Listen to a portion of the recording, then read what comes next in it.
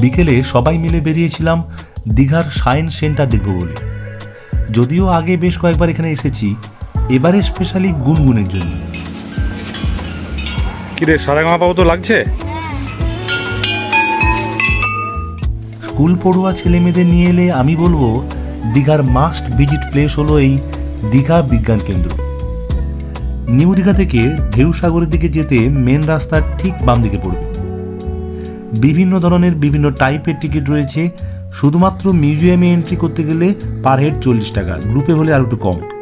এছাড়াও রয়েছে fun science show, 3D show, space and astronomy show, তারামণ্ডল শো, স্কাই অবজারভেশন, বিভিন্ন ধরনের আলাদা আলাদা টিকিট এবং তার টাইমও কিন্তু আলাদা।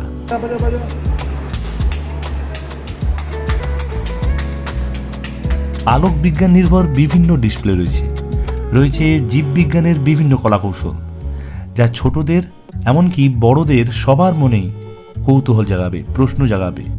আর তার উত্তর পেয়ে যাবেন ডিসপ্লে বোর্ডগুলো ভালো করে দেখলে। প্রত্যেকটা লেভেলিং করা রয়েছে। এক কথায় প্রথাগত শিক্ষার বাইরে গিয়ে বিজ্ঞানকে হাতে কলমে পর্যবেক্ষণ করে